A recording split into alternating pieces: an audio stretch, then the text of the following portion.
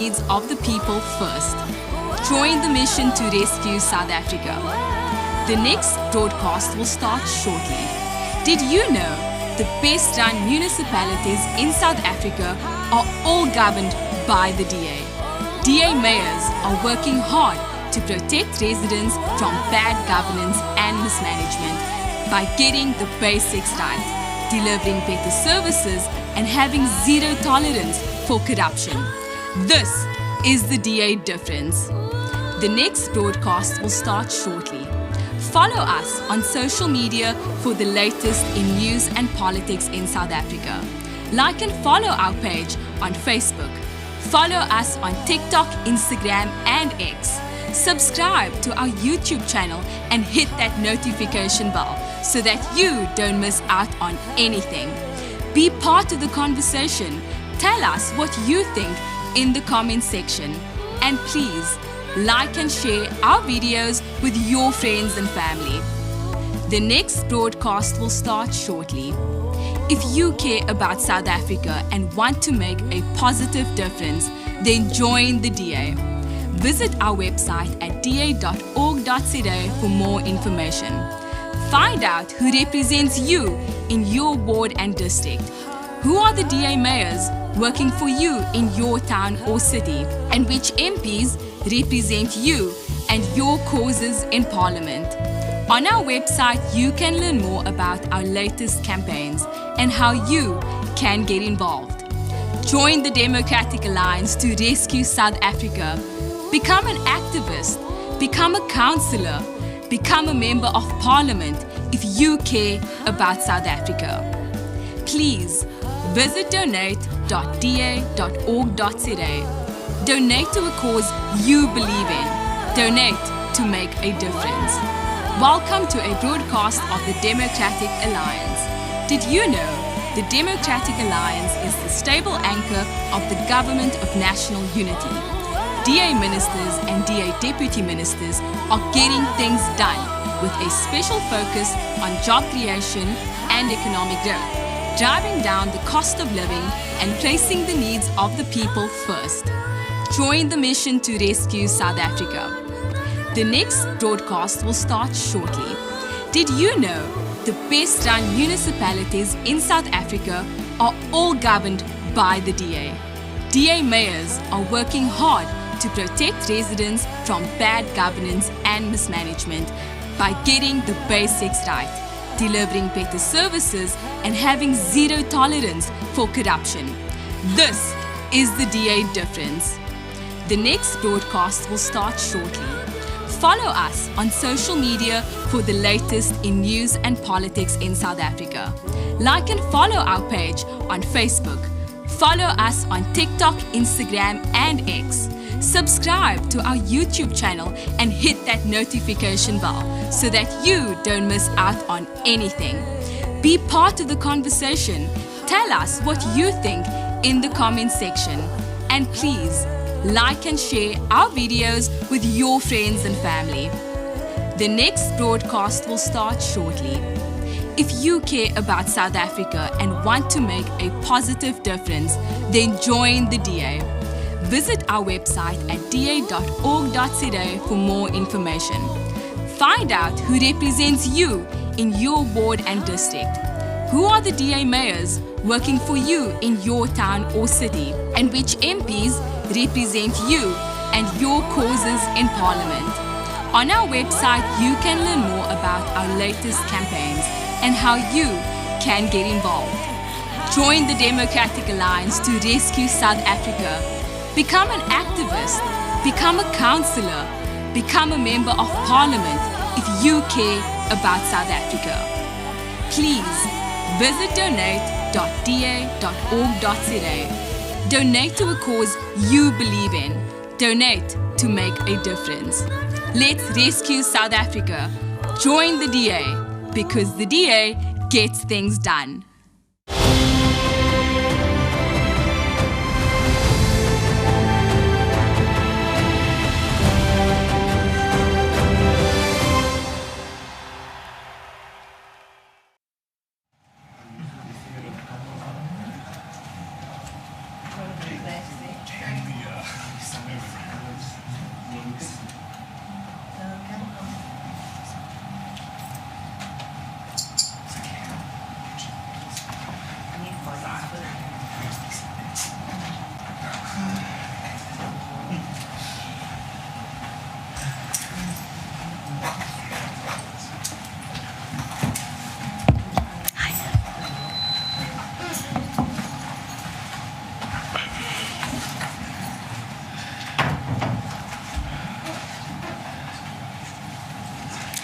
comfortable?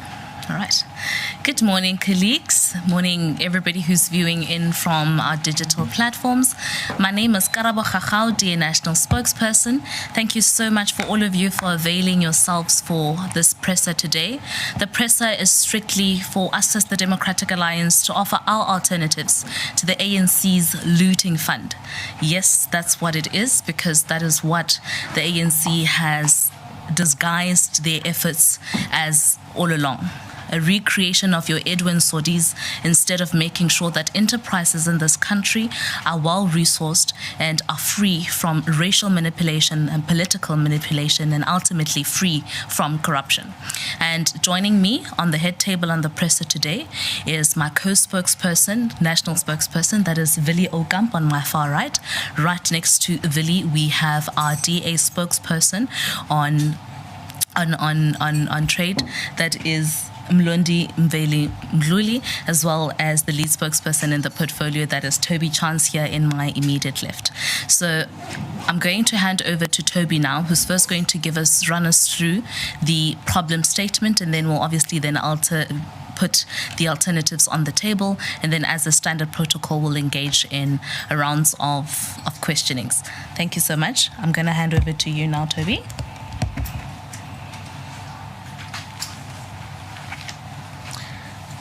Thank you very much, Karabo. Good morning, everybody. Thank you very much for coming. It's a great pleasure to be releasing the Democratic Alliance submission to the DTIC on the Transformation Fund, because it's an important document and it's an important issue that we are addressing here today.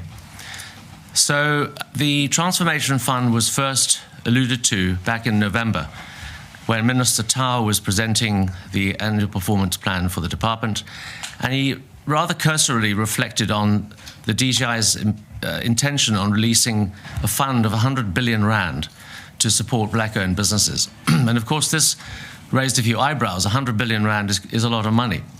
And a couple of months later, the department released their concept document and submitted a request to the public and to political parties and business to send in their comments and their proposals as to what they believe the fund should be or shouldn't be doing. And this is what we have done today with our submission.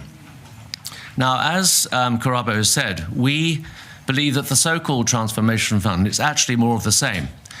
And we have become used in this country to monies being looted, not by being invested and spent wisely on businesses that are growing, but of essentially ending up in the hands of connected cadres and cronies that have not really done anything for the economy, as Mlondi will explain later, in terms of the impact that it has had or has not had on growth and job creation. And I think that the main point that we want to get across this morning is that transformation, as described by the ANC, has not happened because there hasn't been a growing economy. Without growth, there's no transformation.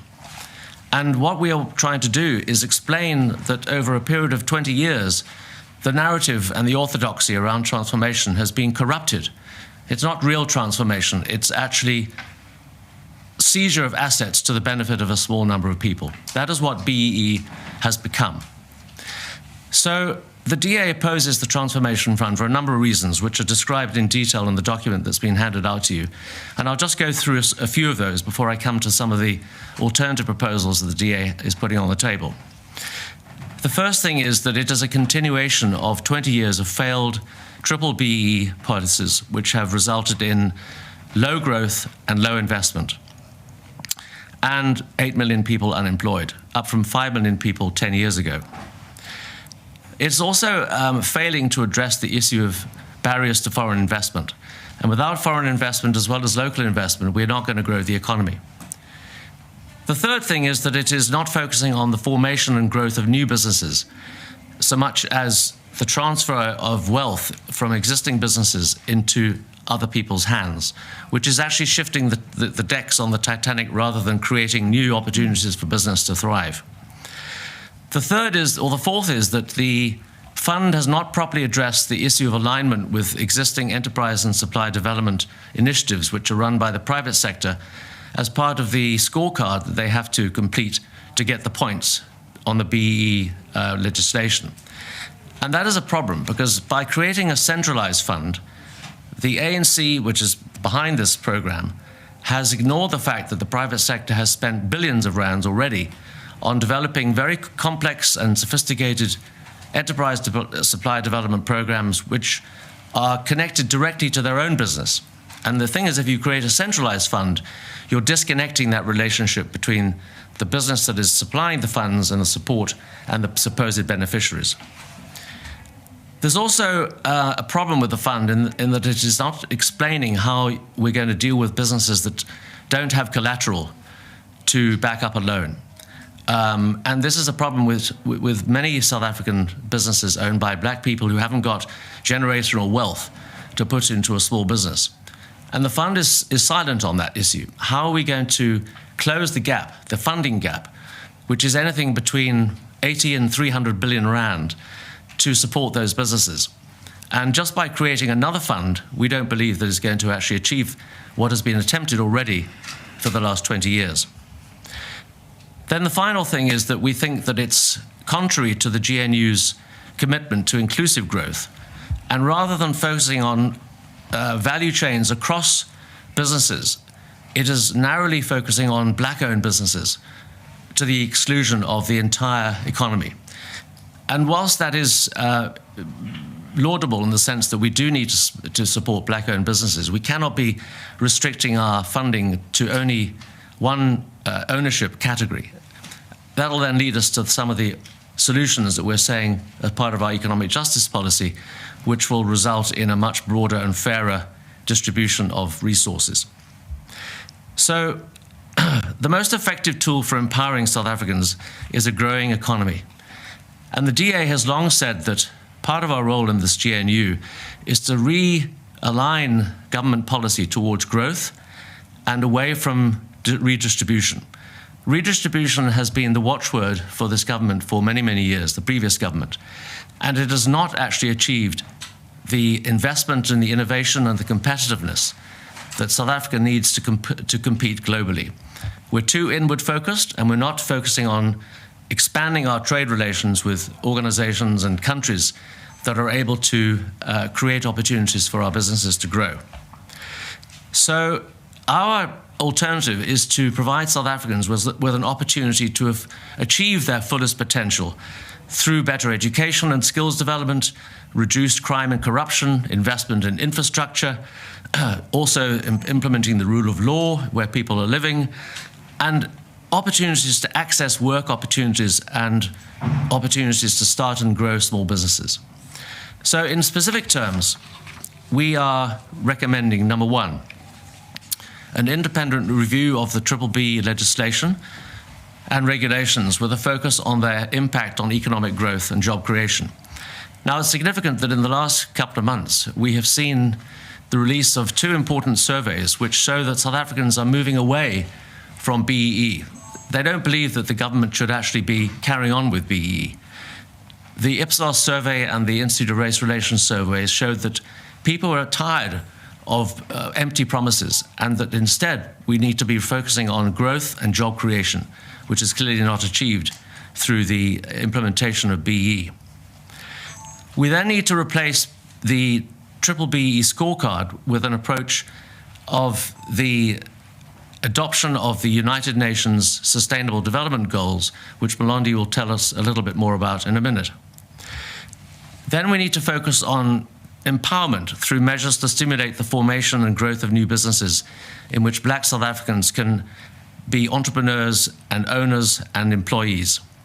And the focus on enterprise innovation and competitiveness are absolutely central to the way in which the DA wants to restructure this economy.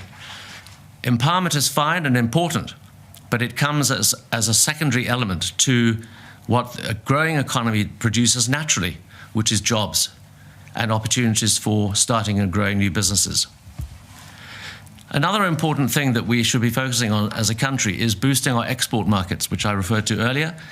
And I think that the recent visit to America by President Ramaphosa and other ministers, including Minister Tau and Minister Steenhuisen, emphasized the fact that international trade relations are going to be critical.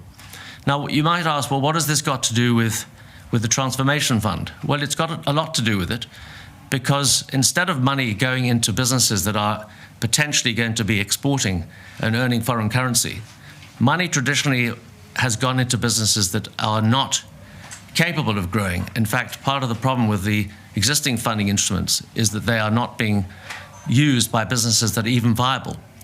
They're instead used by companies that are connected to officials in departments, connected to the ANC network of looters. And that has been the problem that we have seen for many years, which is why money has been wasted. And every time we look around the corner, we see another business that has gone bust.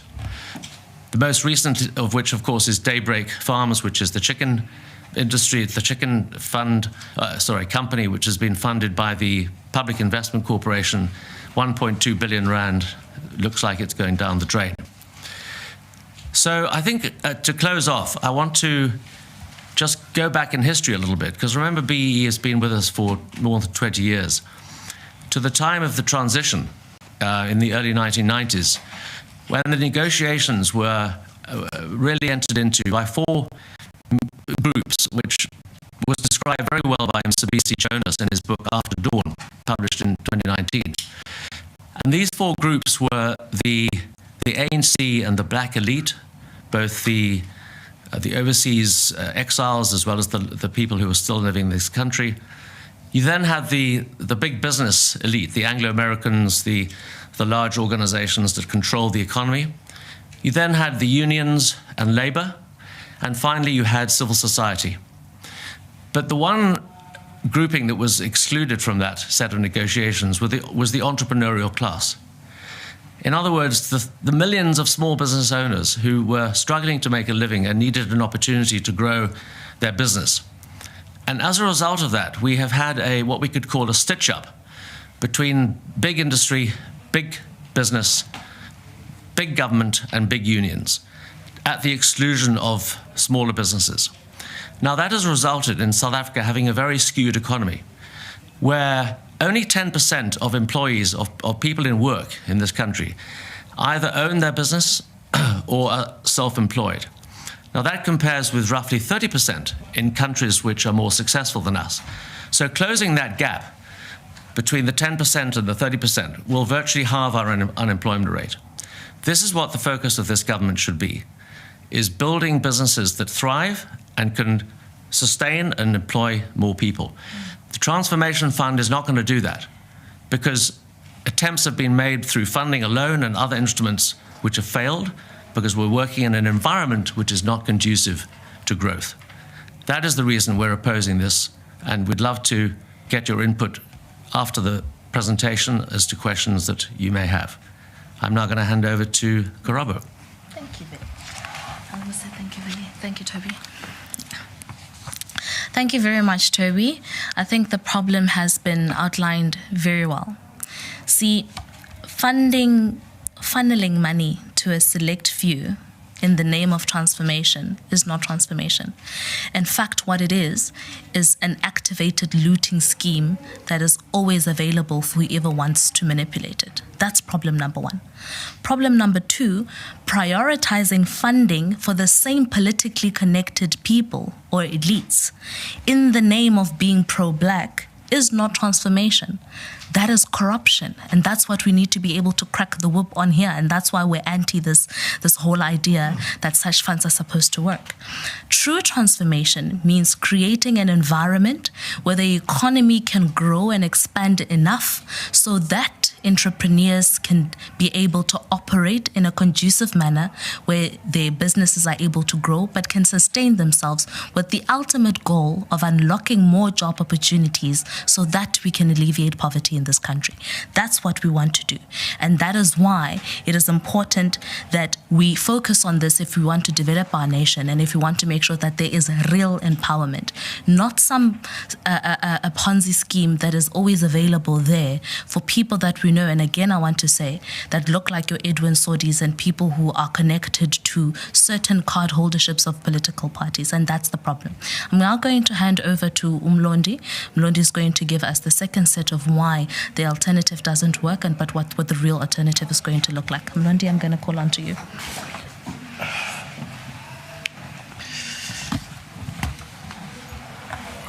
Thank you very much, Karabo. Before I begin, I just want to say that when it comes to matters of empowerment and redress, these are often deeply kind of issues that are very that are very sensitive. Therefore, one should approach them from an angle of compassion, clarity, and also some effectiveness. So I do want to begin by highlighting that the DA is pretty much pro-empowerment and redress. However, we don't agree in the manner in which it has taken place over the past decade, or to be more specific, more than past a decade, since race-based laws were brought into law. And I just want to say, our decision as the DA to enter the GNU, we did say that we are here to be a constructive partner, and our job is to ensure that we solve those social problems that we are faced with, and these these also touch on things, for example, like the country's high rates of unemployment that my colleague Toby has touched on. And now moving forward, if one looks at the draft fund document that that has been published by the DTIC, you will see that there's a keyword that pops up, and that keyword is SMME, which really led to me doing some digging, to find if there's any existing funds that have been created by the state to support its, to support the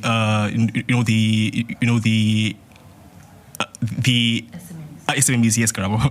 Yes, and I found a few, and these are the Black Business Supplier Development Program. That's the first one. The second one is the National Empowerment Fund. And under that fund, we have funds, for example, like the Imbewu Fund. We have funds like the Women Empowerment Fund, as well as a fund called Umnotho Fund. And all these funds target black-owned businesses. Yes, Karabo, that's correct. And another fund that that pretty much exists is the Black Industrial Scheme, as well as the National Youth Development Agency Grant Program. And these funds have been in place for a number of years, but they have not done what they were intended to do. And this is exactly what the transformation fund seeks to do. So it's basically another fund that adds to these list of funds that have not done its job. So we are pretty much against it for that reason. And there's also a fund called the SETFA Fund, which has equally not benefited those that it has intended to benefit. So I'll just move on to highlight the country's high rates of unemployment. We'll see from the most recent Q1 2025 quarterly labor force survey that was published by Stats SA that in Q1 the rate of the country's black unemployment has increased to 37%, and that's more than 7% if you look at the first quarter of 2015, so the past a decade. And this shows that the current laws that have been in place to try and address the issue of empowerment and the issue of a redress have not worked. Therefore, we need more alternatives, which the fund does not seek to fix. So basically, the DA's vision is that we, as my colleague Toby has touched on, is that we need to do a comprehensive review of the BE framework. He has touched on that quite well, and also in order for there to be true transformation, we need to ensure that we have a growing, inclusive economy. We need to ensure that we invest in quality education as well as the country's skill development, and also we need to ensure that we cut down on the country's high rates of red tape, because we can't expect companies, companies that are foreign as well as companies that are domestic to come and invest here when there's so much of red tape. And also, we need to ensure that we have, that we have a new model that is, that is a model that is an, that is an outcome driven, a model that, that model that seeks to actually ensure that the, that the SDGs are the main drivers, to ensure that we do have actual, empowerment as well as a redress, and that's something that, and that's something that we've been championing for a number of years, and something that we something that we will continue to to champion now under the GNU. So basically, as a DA, I just want to to clarify that we do need empowerment and redress. However, the fund as presented will not work. And Toby has touched on the solutions. And my point here, also to outline the part 2 of why we are against this fund. Thank you very much. Thanks. Thank you very much, Toby and Mlondi, for that information. I think what we all can take out of this is that what has been done in the past clearly did not work. I can explain it by somebody that must get from point A to point B, but there are different routes that that person can take. So that person decided, I want to take route A. And on that route, he got to a cliff and he saw that he cannot go further. That route will not take him to his destination. Just to turn around, start again, and again take route A. And again take route A. And every single time get to that cliff and realize that this is not going to get you to your destination. And this fund is again putting us on that cliff route. When are they going to realize that we need to take another route? And that is what the DA is proposing. We can't do the same things expecting different results. We have seen in the past how so-called transformation benefited only a few elite. Go out there in the rural areas, as I and many of my colleagues often do. Go speak to the millions of people out there that has not received one single benefit of the way in which the previous ANC governments have applied black economical empowerment or broad-based black economical empowerment. Go and speak to the gogo who still has got nothing, who still battles to buy a blanket when it becomes wintertime, because she hasn't been benefited at all. But go drive in the rich streets of Sandton and look at the amount of Bentleys and Ferraris in so-called entrepreneurs' driveways. Have that benefited the people of South Africa, or have that benefited the elite? And that is what we must do. We must create this environment where the whole economy can grow, because when the economy grows, we can create jobs for that gogo and a son and a grandson and a granddaughter. That is what we've got to do. To keep on driving towards that cliff will not achieve that goal. And to just have another transformation fund, which is going to be another looting fund, because we saw what happened in the past with these funds. We saw what happened with cadre deployment and how that has derailed the whole project of lifting up all South Africans. So the Democratic Alliance's approach is a total different approach than what has been done in the past. We all know the United Nations' Sustainable Development Goals. We are looking at true empowerment. And that is what we need to do. If we want to truly transform South Africa, we've got to truly empower all South Africans. I'm now going to open the floor for questions. We're going to take it 3 at a time. And please, when you ask your question, give your name as well as the news outlet that you are representing, and I will then decide who's going to take the questions. We've got Toby Chance, who is our main spokesperson. And Toby, obviously, if you want to refer something to Mlondi, you're more than welcome. But can we get some questions, please? I've got you here. Let's start with you, then we can get the others along. Sorry, your name? Hi, my name is Babalo from EWN. My questions are maybe for Toby. Minister Malatsi was in the Communications Committee on Tuesday, where he was briefing them about his recent regulations that were gazetted, I think, a week ago on the ICT sector and easing some of those regulations that deal with BEE, which is just ownership specifically. Is this call for a review of the BEE laws? Is this part of this strategy, and was Minister Malatsi also basically being informed by the strategy, because he said he was trying to align BEE with, the regulations, using the regulations to align BEE with the Electronic Act as well. So I'm just trying to find out, is this part of, the party's broader strategy, Minister Malatsi on the ICT sector, as well as Toby with the Transformation Fund?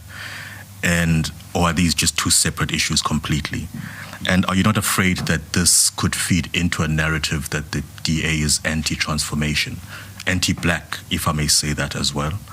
Because that's what, some of the opposition parties are saying when you oppose these redress policies.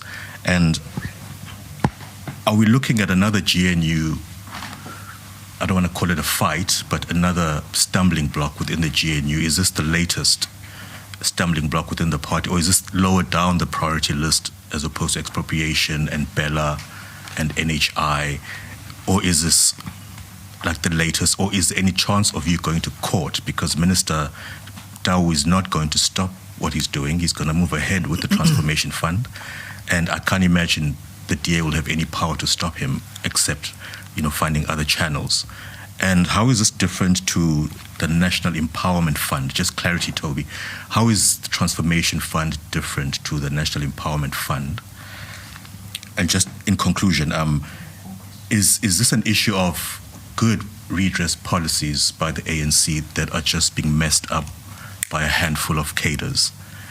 And because is redress not necessary at this point? Thank you. I was seemingly, in hindsight, very wise to only allow that one question, because it actually became 5 questions. But thank you very much. I'm going to answer a certain amount of those questions, and then I will hand to Toby. Your question, firstly, with regards to the narrative that we are anti-black, is totally wrong. Go and look out there. Who are the unemployed? Who are the people that suffer? They are, in most instances, black people. Then you must ask yourself, what did the ANC governments in the past do to help them? Their policies were not pro-black, because it did not empower the largest amount of black people in this country. So what we are proposing has been proven all over the world. It is to transform through empowerment, and empowering every single person. Again, what has been done in the past did not work. Why carry on with that? Let's take a different route. Let's take the route of economical empowerment of everybody, of creating an environment where the private sector can thrive, where small businesses can have less red tape, where they can become successful, where they can get assistance from government to thrive, for them to employ people. Not to get a fund that will again be looted, like in the past, only to benefit a small elite. Let's help all South Africans, all black South Africans, every person in this country, whether you're black, brown, white, doesn't matter. We need to create an environment where everybody can grow. And again, that did not happen in the past. With regards to your question with the GNU, when the DA entered this government of national unity, we said that we've got 2 main aims. The one is to grow our economy, and the second one is to create jobs. And in everything that we do, we ask ourselves whether what we are doing will contribute towards that. And if it's not, we won't do it. But we did not agree to be co-opted by the ANC. The Democratic Alliance is a party in our own right, and we will remain so.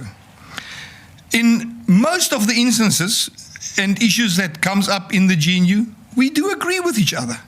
But where we disagree, we will not be a rubber stamp to just say yay and amen to whatever it is that the ANC does that we might differ with.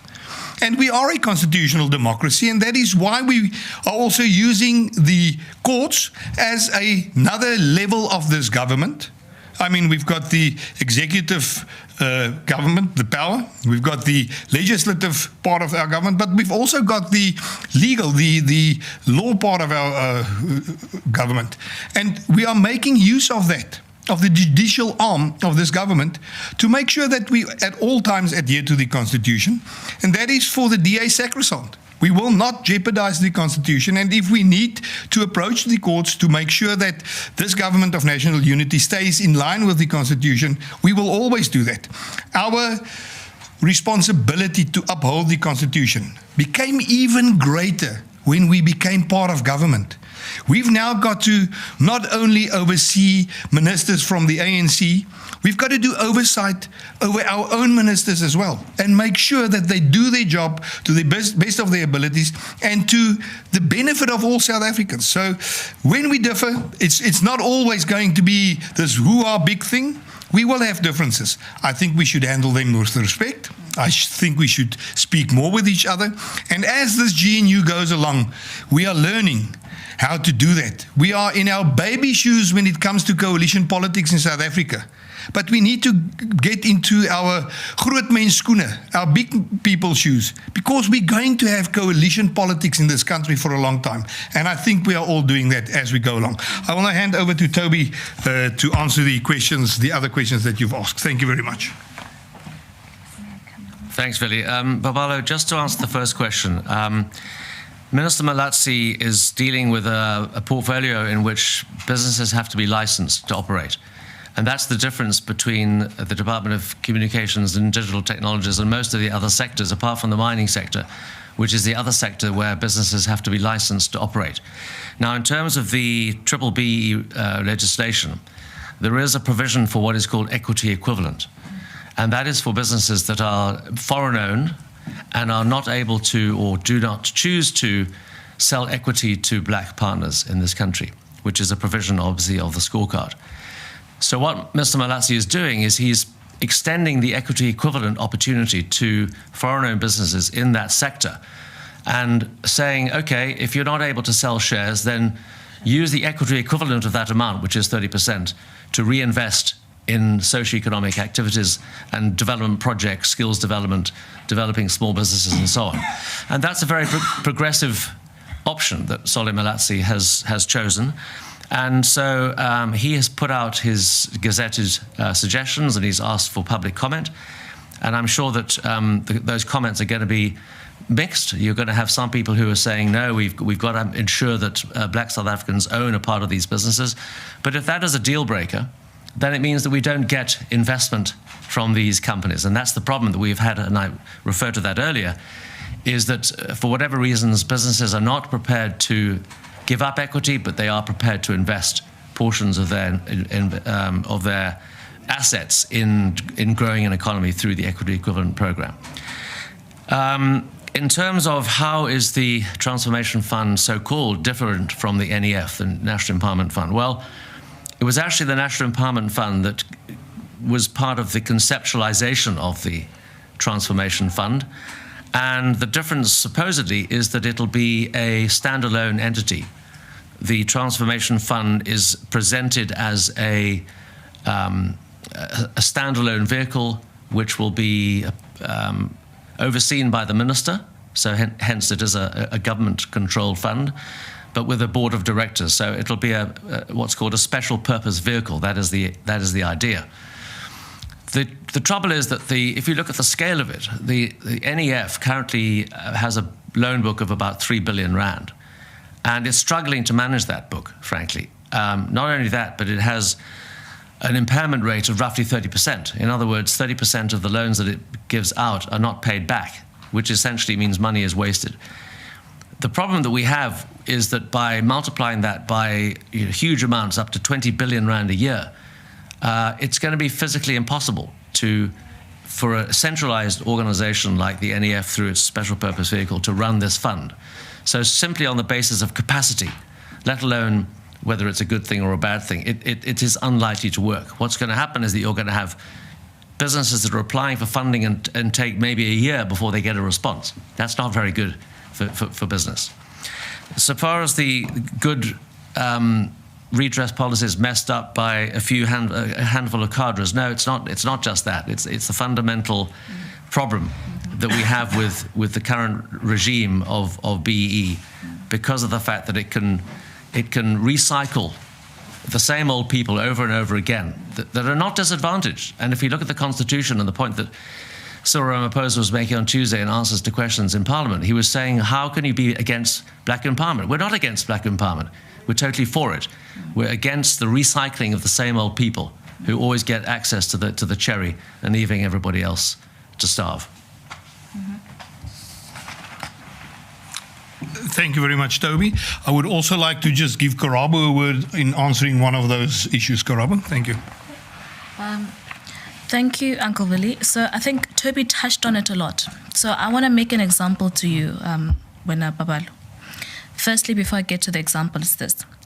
There is nothing progressive and nothing that works about a policy strategy that seeks to control how funds are used with the strict rule and outcome of looting. So the problem you have with how broad-based black economic empowerment has been organized in the past is that you take a Karabo Lerato Khakau who's black, who's young, who's a woman. She qualifies on all the spectrums of what disempowerment is, or previously disadvantaged looks like, right? You take a Karabo, and on the basis of Karabo being black, you give her an opportunity for funding, she gets her success, and instead of moving on next door to Ntabiseng or a Pule, Lemutlale Pule, you take the same Karabo again, and you make her the same dipper of the same system. And then what then Karabo does is she becomes loyal to you and your organization in how she manipulates her tenders, in how she trades, and who her trade partners are, and becomes a tycoon of a system that is only focused on one person, Edwin Sodi. While the rest of black, colored, Indian people in the country who are supposed to be empowered through what is supposed to be a transformation fund fall behind the line. And ultimately what that does is it pits an unfair competition on traders in this country who are supposed to be trading on the basis of their entrepreneurial skill, their ability to not only sustain their businesses, but expand their businesses in a way that unlocks more job opportunities for majority of the people of this country to benefit, while making sure that more of the same people come and benefit. That is the problem. So the policy was never good by design, because its design was not to make sure that majority get to benefit. Its design was to control the looting scheme in a way that looks black by favor, but it actually isn't pro-black, but it is pro-tycoon, pro-elitism, pro-corruption, pro-looting. And that's what we should be able to be frank about and be able to dismantle that. Thank you very much, Karabu. Colleagues, any other questions? Just one small follow-up. No problem. Where does Andrew Whitfield come into this transformation, the deputy minister, into this process? I mean, has he been neutralized by the minister? Has he been co-opted into the silence? Just checking on that, yeah.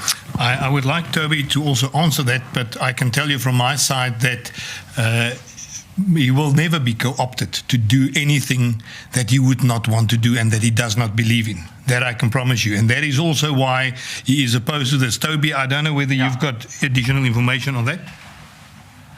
Yeah, Babalo, Andrew Whitfield has not been part of the process. This transformation fund has been mainly developed by the officials within the NEF and with the participation of the DGIC. So he will be obviously part of the ministerial and deputy ministerial team who will evaluate the submissions. Let's hope there will be a thorough evaluation of the submissions. He has been a part of our discussions in terms of the DA submission, absolutely. And Andrew totally subscribes to what we're saying here. I'm sure there's going to be some feisty conversations within the department once these submissions are sent through. Thank you. Good. Thank you very much. Colleagues, any further questions? If we don't have any further questions, I just would like to thank everybody that's here today. I want to especially thank all our viewers that are sitting in their offices and at home watching this very important briefing in which the Democratic Alliance again outlined what is necessary to really reform this country, to really put more people in jobs and to create better wealth across the spectrum for all South Africans. I really want to thank you. We will have the opportunity to have one-on-one interviews afterwards should anybody of the media like that. May you all have a very blessed day. Thank you very much. Thank you.